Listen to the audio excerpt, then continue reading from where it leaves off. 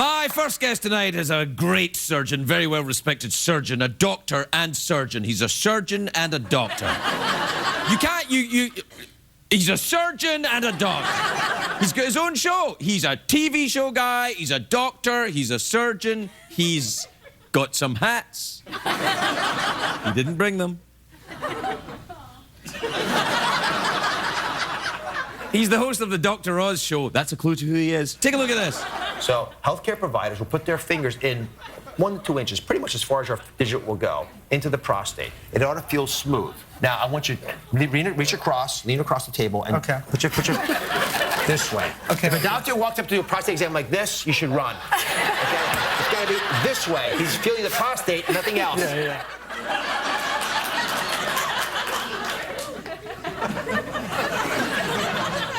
Well, we've wandered into my ballywick. Please welcome Dr. Mehmet Oz, everybody. Dr. Mehmet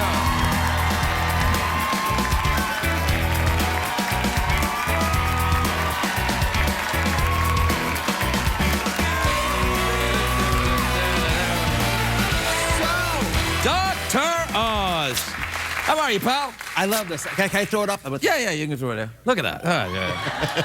Making it rain. You look well. You look well as well. Do I? Yes. I don't know, I'm worried. You are? Why? Well, because I've had 3 major illnesses in the past 6 months, 5 months, 3 weeks. I've been pretty sick, Doc. I'm glad you're here. I got shingles. Ooh. Yeah, that's like when a doctor goes, ooh, like that. That hurts. Have you ever had it? I haven't had it. I've taken care of a lot of folks with, shingles is smallpox that it comes back to haunt you. No, chickenpox. Chickenpox, sorry. Yeah. Smallpox, my goodness. Dr. Ferguson. Dr. Ferguson. You know, I was going to show you my junk, but I don't know if I'm going to now. Very good. No, I hear you. So chickenpox, and then it comes back. It goes dormant, lies in your nerve spot. I had chickenpox when I was a kid, and it came back as shingles, and it was agony. Yeah, lots of agony. pain. Tough to treat. This is why we tell folks to get vaccinated. I got vaccinated now, but it's like closing the stable door. A horse is halfway down the street. That's right. But it can be really bad shingles, right? It can petrifyingly painful. Absolutely. Yeah. And then I got a head cold. Bad. You got that going for you. Yeah, and then I got food poisoning. You had food poisoning? Yeah, from a chicken that wasn't cooked properly. Ooh, yeah. What was that like when it's coming out from below and above? Well, it was like all systems were going. But it was fast. Anyway, and during this time, I had my annual physical, and my doctor examined me, like, after the shingles and before the head cold, and he said, you're in great shape. And he did that. He did the thing. You did a little rectal exam? Yeah. How many fingers did you use? I don't know. Felt like one. Felt good. I didn't check. He said your prostate's a little enlarged from, but that's kind of normal for a man your age. And I said, I don't think it is enlarged. It just gets bigger when you put your finger in there. Now, have you had your colonoscopy? No, I've got to get that. He said, I'm 50 this year, so he said, you got to go and get your colonoscopy. And because my father died of esophageal cancer, he said, you got to have both. Yeah. You got to have the endoscope and the colonoscopy. I said, well, if there's an order that this is done, I'm very interested in, Have you had that? Have you had the... I've only had the bottom one. Yeah. Oh, you got to have that one, too. No, you don't need a top one unless you've got risk problems for it. And if your dad had cancer there, you got to get looked at. But a lot of folks who had esophageal cancer, especially 20, 30 years ago, it's often from cigarettes and alcohol. Did he smoke? He's Scottish, man. It's cigarettes and alcohol. Cigarettes, only cigarettes and only alcohol. That was all he smoked and drank. There wasn't really anything else. There was no crack. So, no, I don't smoke. I stopped smoking about 15 years ago. Yeah. Right. Now, does that mean that the risk is now the same as everybody else, or it might still higher? Not quite, but very close. Once you get 10 years out from stopping cigarette smoking, most of the damage, potentially the damage is gone. You don't have to worry about that. There's small stuff left, but very trivial. Right. So that's but the colonoscopy, though, I got to say, of all the tests we do, I think it's the best one.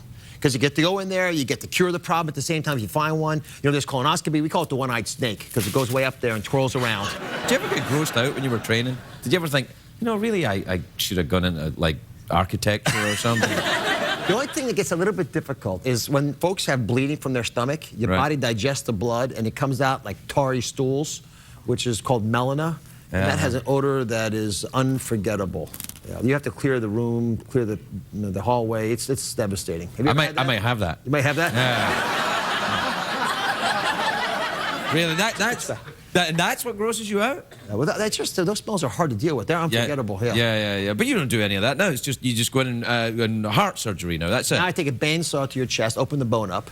Yeah. The heart's in there. It's like a python. Just, another snake metaphor. Yeah, snake. And it's sort of twirling in there, and you try to tame that baby as you try to get the heart to cooperate with you when you fix the arteries and do the valves and all those fun things. Do you have that? Do you have that thing that a lot of doctors suffer from? That kind of like God Tremor? complex? No.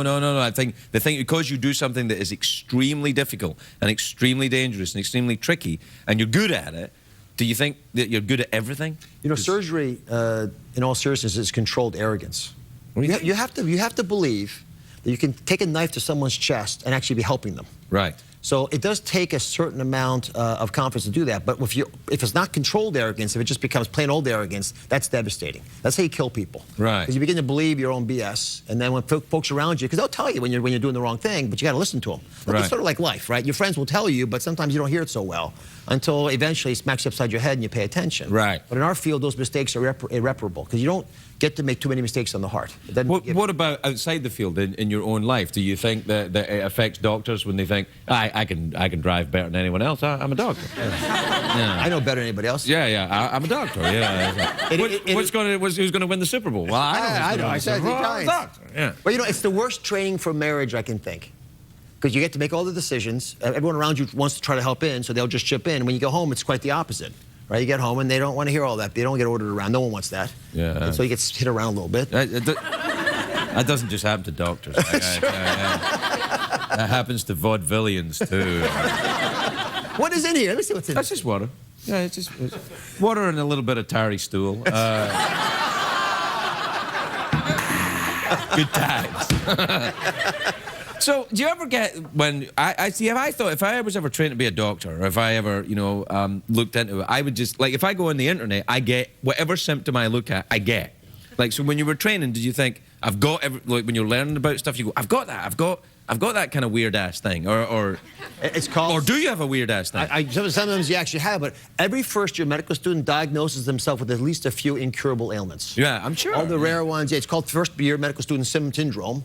You go, the doctors always, they hold your hands and they commence you and they point out 15 reasons you're not right. But that's probably part of the training. There's a certain narcissism in medicine because you're curious about your own body. Right. Right. So I'm curious about your body, but I'm also wondering, could I have that problem too? And eventually, over time, how curious are you about my body? It's a pretty hot body, I tell you. It's like all the folks here. I have the same curiosity about your body. Yeah, Get a lubricant, please. No, we don't have anything like that. No, you're a heart surgeon. We have to take a commercial break. So you know how to make a cut. Go ahead. We'll be right back. Don't go away. The anesthesia is wearing off.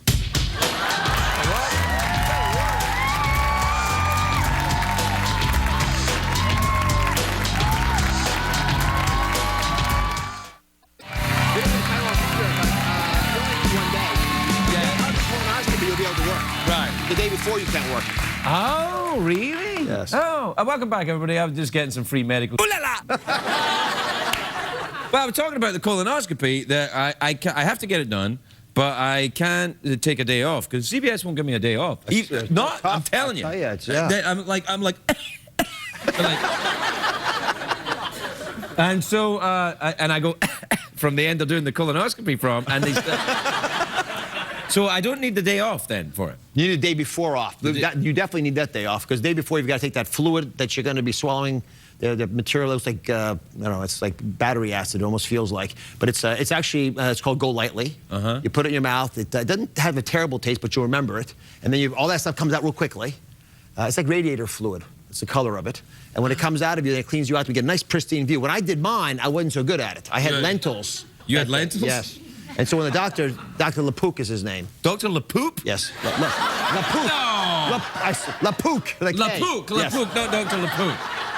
He does the CBS TV News. He's on the television. Right. So he goes in there and he says, "You had lentils." I said, "Yeah." Really? Because how were the beets? They were good. They're a little raw. I like raw beets. So he gave me a full diagnostic evaluation. See, now, why would someone stay there and not move into another area? I guess you just get fascinated by it. I guess, yeah. Once you elect the stool-forming organs, you stay there. There's something just...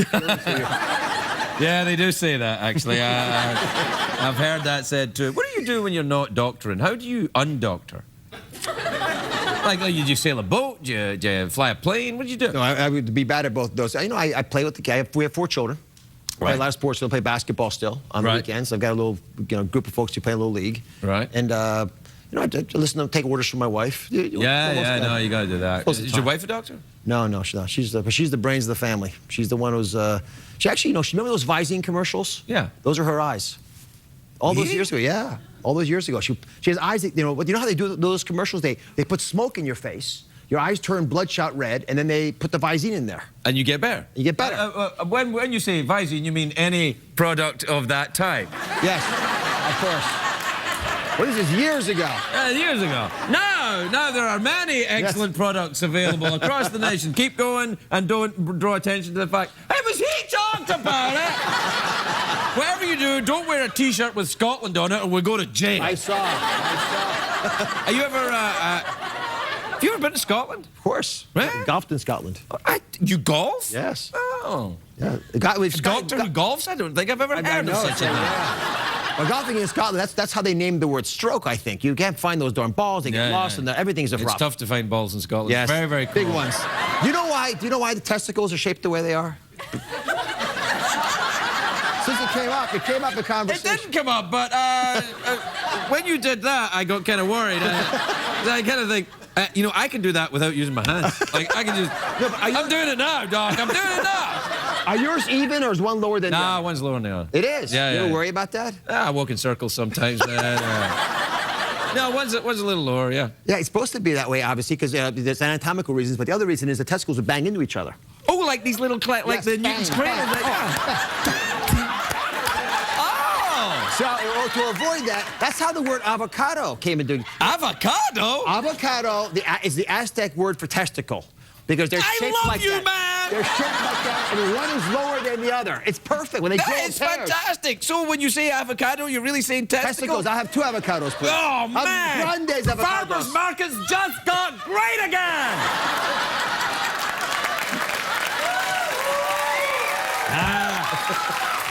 So listen.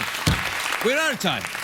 What do you want to do here? You want to go for awkward pause? You want to go for the mouth organ? Or you want to go for the big cash prize? Now, you're a doctor. You probably don't need the money. No, I don't want the money. I'll take the organ. What kind of organ is it? It's a mouth organ. Mouth organ. Usual mouth organ. Yeah, just it's a little mouth organ. You just suck and blow on it, you know. Can you play it?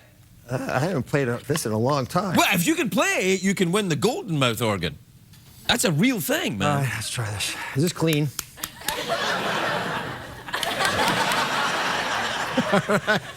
This has been a long time. Oh, well, how about Oh, Susanna? Something simple? Yeah. If you can play it, yeah.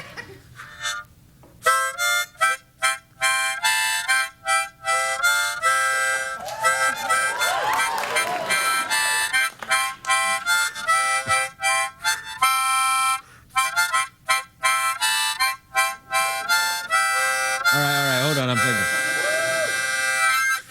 All right, yeah, you can play it. Bring it on.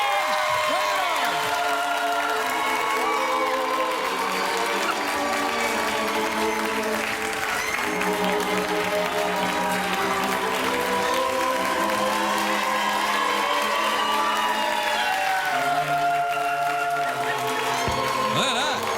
All right.